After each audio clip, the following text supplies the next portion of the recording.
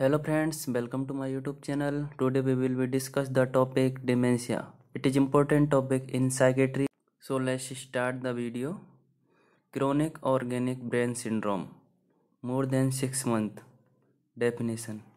Dementia is a chronic organic brain syndrome which characterized by prognosis, memory loss and personality, but without impairment of consciousness and also decrease or loss of learning activity.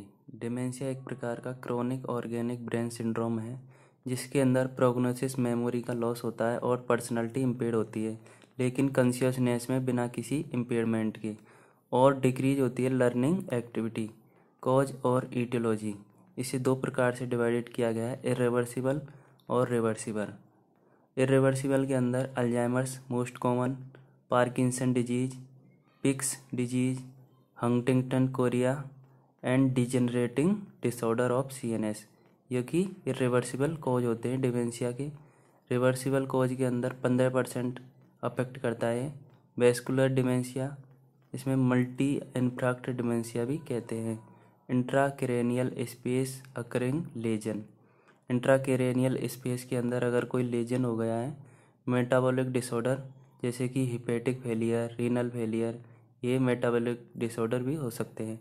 Endocrine disorder, इसके अंदर Addison disease, infection such as AIDS, meningitis, encephalitis, इनके कारण भी dementia हो सकता है। Intoxication, alcohol और heavy metal.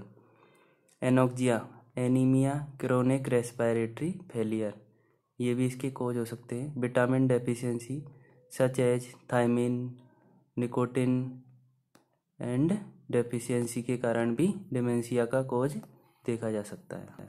Warning sign of Alzheimer's dementia. Dementia के होने के बाद क्या क्या साइन एंड सिम्टम दिखाई देते हैं। फर्स्ट है मेमोरी लॉस, सेकंड है difficulty performing failure tasks, third है problem with language and disorientation to time and place, poor और decrease judgement, problem abstract thinking, misplacing thinking and change in mood or behavior, change in personality, loss of inactive, जो कि dementia के sign and symptom के अंदर दिखाई देते हैं। इसके मेन साइन एंड सिम्टम हैं जैसे कि memory loss and change in mood and behaviour, personality change, loss of inactive, जो कि मेनली डिमेंशिया में दिखाई देते हैं। Clinical feature for Alzheimer's type. First है personality change, lack of interest in day to day activity, self centred, decrease self care.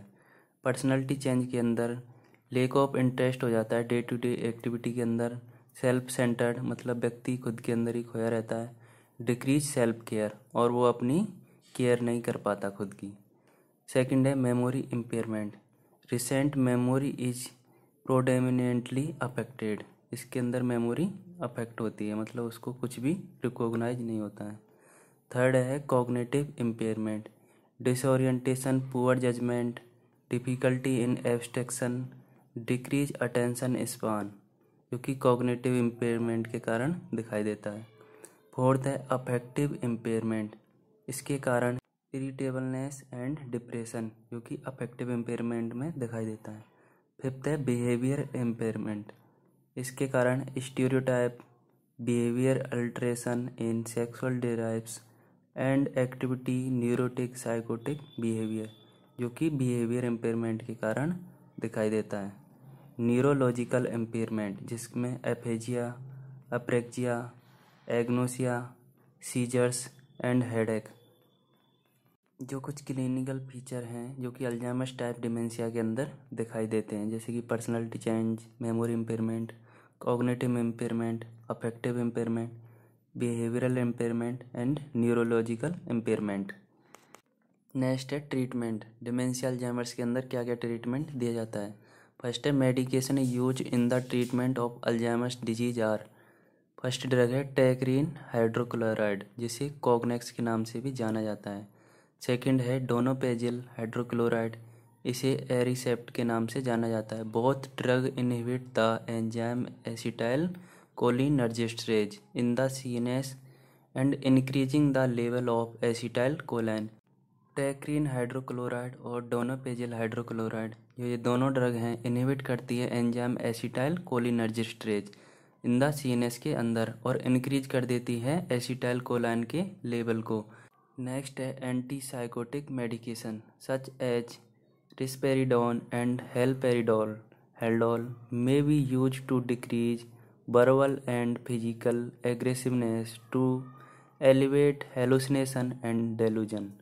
जो drug है antipsychotics जैसे कि रेस्पेरिडोन एंड हेल्पेरिडोल इसका यूज किया जाता है वर्बल और फिजिकल एग्रेसिवनेस को डिक्रीज करने के लिए और हेलुसिनेशन एंड डेल्यूजन को डिक्रीज करने के लिए।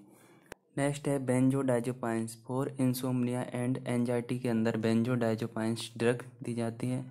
एंड नेक्स्ट है एंटी डिप्रेसेंट फॉर डिप्रेशन के अंदर दी जाती है। नेक्स्ट है एंटी कन्वर्जेंट जो कि कंट्रोल करती है सीजर्स को। एंड नेक्स्ट है agent under investigation for treating Alzheimer's disease oestrogen non steroidal and anti inflammatory agent. And next है nursing management nursing care for patient Alzheimer's disease is most important whether at home in acute hospital environment a day care center or in a long term stay institution caregivers must be trained।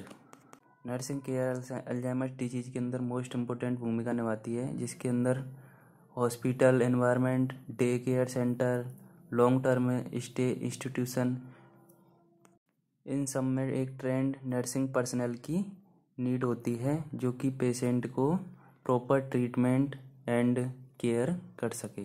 So thank you for watching my